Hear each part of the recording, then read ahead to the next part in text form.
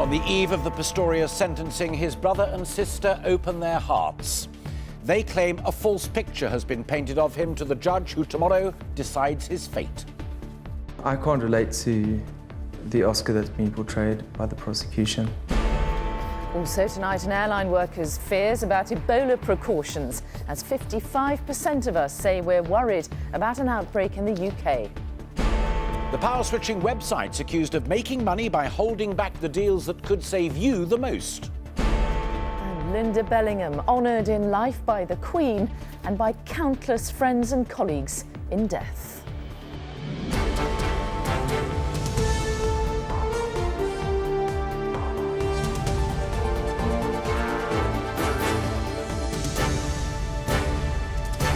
This is ITV News at 6:30 with Alistair Stewart and Mary Nightingale.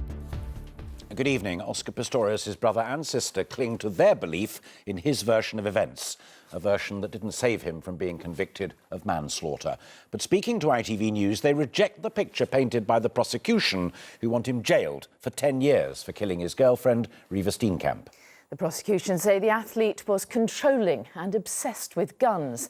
Amy and Carl Pistorius say they don't recognise that description and never had any doubt that their brother shot Riva by mistake. They've been speaking to our Africa correspondent, Rohit Katru. They are the two people closest to Oscar Pistorius, his two siblings, Carl and Amy. Their unshakable support has been visible throughout his trial. And in their first interview, they said they'll be there for him, whatever happens. We cannot speculate ahead of tomorrow's sentencing, but what I do know for certain is that regardless of the outcome, the three of us will stand together and continue to stand together and support one another like we always have. It's been a particularly difficult time, to see a sibling go through the motions that I have and to try and be there and support someone through the phenomenal guilt and the grief and just the overwhelmingness that comes with all of that. And take me back to that day, to the 14th of February last year. When I first heard what happened, obviously my initial reaction was just shock and devastation and extreme heartache. But my first thoughts were that knowing my brother, who he is, the kind of person he is, as well as his fears, that he must have thought I was an intruder before I even knew any of the facts. Or You're behind your brother there. You believe him 100%. 100% is an understatement. I do not doubt my brother at all. And I have the privileged position of knowing my brother, his strengths, his faults, as you do when you're as close as we are. He's genuine. Oscar is a genuine person. What you see is what you get. Nothing staged. He's real. He's a real person. And they say he truly believed he was protecting the woman he loved. I saw two people who really just adored each other and had a fantastic friendship. They were a good match. They were both strong people. Tomorrow they will return to this courtroom to hear their brother sentenced and discover whether his journey from here will be back to his old home or to a new one in a Pretoria prison. Rohit Katru, ITV. And tomorrow, the Steenkamp and Pistorius families will sit side by side to hear that sentence. The judge has had 4 days to consider it. She'll take a few minutes to deliver it. It might include a stiff jail term or no jail sentence at all. But whatever it is, Oscar Pistorius' family say they'll continue to support him. Rohit, thank you. On the front line in the fight against Ebola in Sierra Leone, a new command centre has been set up to help contain the outbreak. British teams are taking a leading role with the government there to help with burials. Our correspondent Dan Rivers is just outside the capital, Freetown, a city desperately fighting Ebola. In the last few minutes, he sent us this report. This graveyard outside Waterloo near the capital, Freetown, is typical. There are more than 100 suspected Ebola victims buried here, the very old and the very young among them. We've just watched the burial of an 80-year-old woman and her 3-year-old granddaughter. Both of them died within a few hours of one another. Now, they've swabbed the corpses to see if they're Ebola positive, but they're not taking any chances. And that is critical in trying to deal with this outbreak here, is dealing with the bodies carefully, sensitively and quickly and getting them buried in a safe manner. The Centre for Disease Control in Atlanta estimates that up to 78% of new infections come from the dead bodies rather than from the living. So it is critical that they get this infrastructure in place. They now have a command and control centre up and running with the help of British officials to try and streamline this whole process and make it more efficient, and critically also to trace everyone that people that are buried here have been in contact with. But there's no doubt that the outbreak across Sierra Leone is perhaps a lot worse than the official figures suggest. We've spoken to one British senior official who suggested that while the government is maintaining here in Freetown some 60 or 70 people a day are dying from Ebola, the true figure might be much more like 100 people each day dying from the virus. Dan Rivers there, and you can see his full report on tonight's ITV News at 10. An exclusive poll for ITV News has found that more than half the country is worried about an outbreak of Ebola in Britain. We've also spoken to a member of a cabin crew at a major airline who's raised fears over what to do if he is faced with an infected passenger. Our science correspondent Alok Jha has more. British authorities say they're ready to handle Ebola if it should land in the country. Passenger screening has already started at Heathrow Airport and it'll be rolled out to Gatwick later this week. Those working on the flights, though, say they're lacking information. This member of cabin crew, who works for a major airline, told ITV News that his staff are worried. Some of our flight attendants have been saying that they're worried about carrying in meal trays. We're often past items that have got sputum on them and other items on the tray that you have to pick up, and you have always got the risk of people passing you vomit bags and so on to dispose of.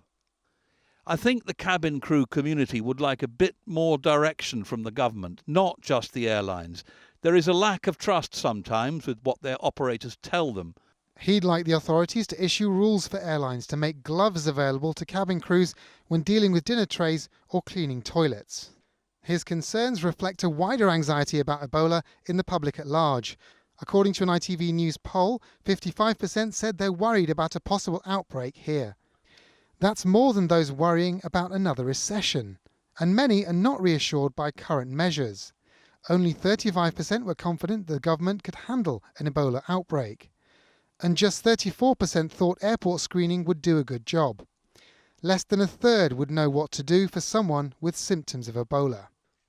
Public Health England have said, "We've some of the best public health protection systems in the world and the risk to the UK remains low.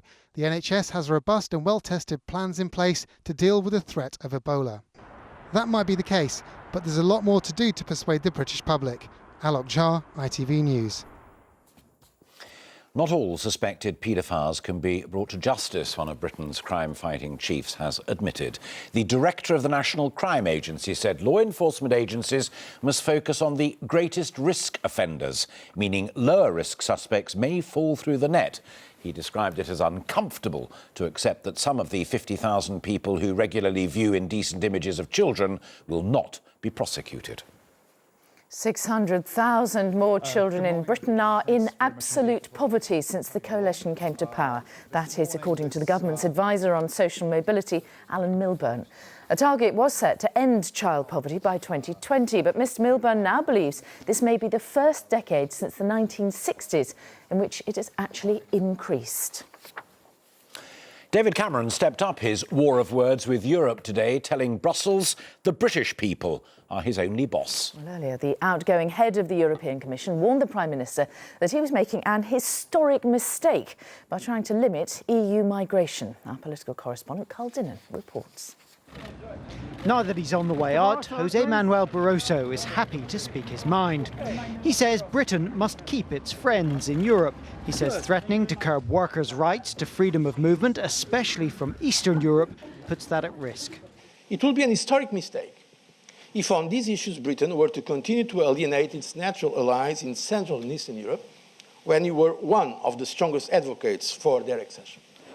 David Cameron was at Ford's Dagenham plant today.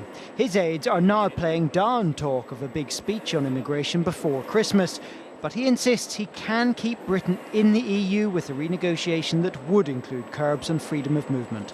At the heart of that renegotiation, we need to address people's concerns about immigration. I'm very clear about who the boss is, about who I answer to, and it's the British people. They want this issue fixed, they're not being unreasonable about it, and I will fix it. But campaigning in Sheffield, Nigel Farage says the Prime Minister can't fix it to stay in the EU whilst limiting free movement.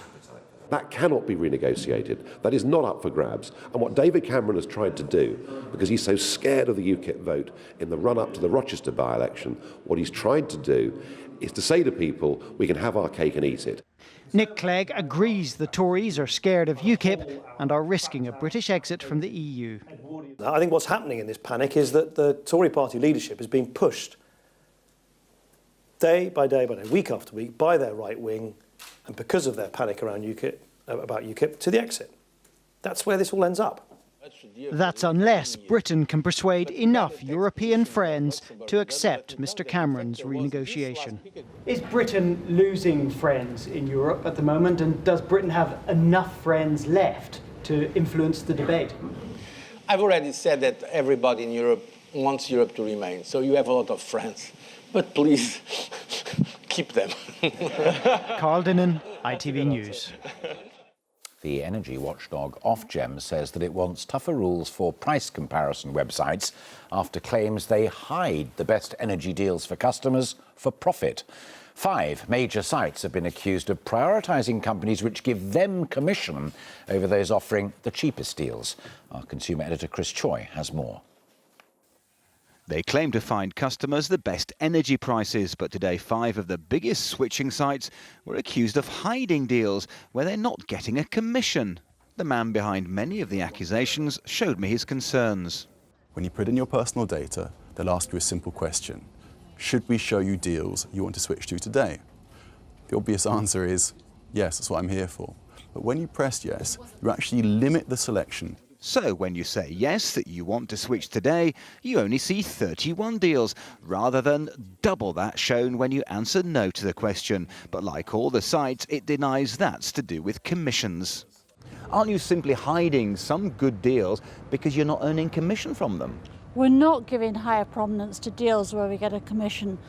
That is an open choice. We don't push people in the direction of saying, yes, a deal they can switch to today. It is very open. 40% of energy switchers use comparison sites. Those accused today reject the accusations and say the claims come from someone who runs a rival switching concern. But tonight the industry's watchdog said it wants tougher rules. When we went and looked, about half of the accredited websites will automatically give you full market view. But some of them don't make it as easy as we would like for customers to get that view. And it's way too easy just to be given that slice of information from the suppliers that are paying commission. The big switching sites have earned reputations as consumer champions, but today's attack on them is a reminder that they've also earned commissions, which are likely to be scrutinised much more in future. Chris Choi, ITV News. Still to come, we track down a former head teacher suspended over an alleged Islamist plot, now offering private tuition. We're going to need considerably bigger buns. And fabulous, fun and full of courage. A tribute to the actress and presenter Lynda Bellingham. Those stories and more after this very short break.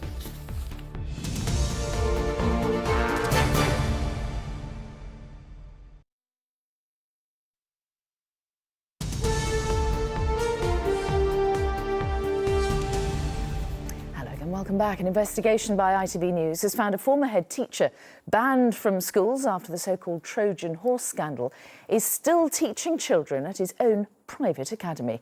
Mansour Hussain ran Parkview School in Birmingham and was suspended in the summer after it was found to push an aggressive Islamist agenda. But as Rupert Evelyn discovered, he's getting round his ban by tutoring privately. In an unregulated, private tutorial centre in Wolverhampton, we found the suspended head teacher of the scandal-hit Parkview school still teaching, despite his involvement in the Trojan Horse crisis. Hi, is Moz there? He is. Can I have a quick word? Moz Hussein isn't just suspended, he's also banned by the Department for Education from teaching in schools. Hi, Moz. I gather you're teaching again. No. You're not teaching? Really?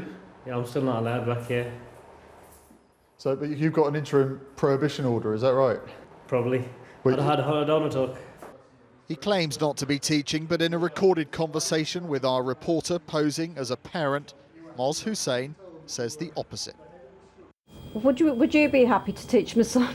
Yeah. We'll both be happy. Yeah, if you prefer me, I can take it. No problem. Yeah, obviously, because with your background, I would prefer obviously the best. Yeah. And then that's fine. Yeah, so I'm just going to make sure if you're happy to teach my son, that would suit me much better. I'd love to, yeah. Moz Hussein faces serious allegations of misconduct over his alleged role in an extremist plot to take over Birmingham schools. But despite his teaching ban, he can still teach in an unregulated setting. According to a former senior teacher who worked with Moz Hussein, children are now being put at risk. I find it deeply worrying that individuals who have been barred from teaching or are suspended from the teaching profession are still permitted to continue that interaction with children. And the man sent in by the government to sort out Birmingham's education concedes there is a problem.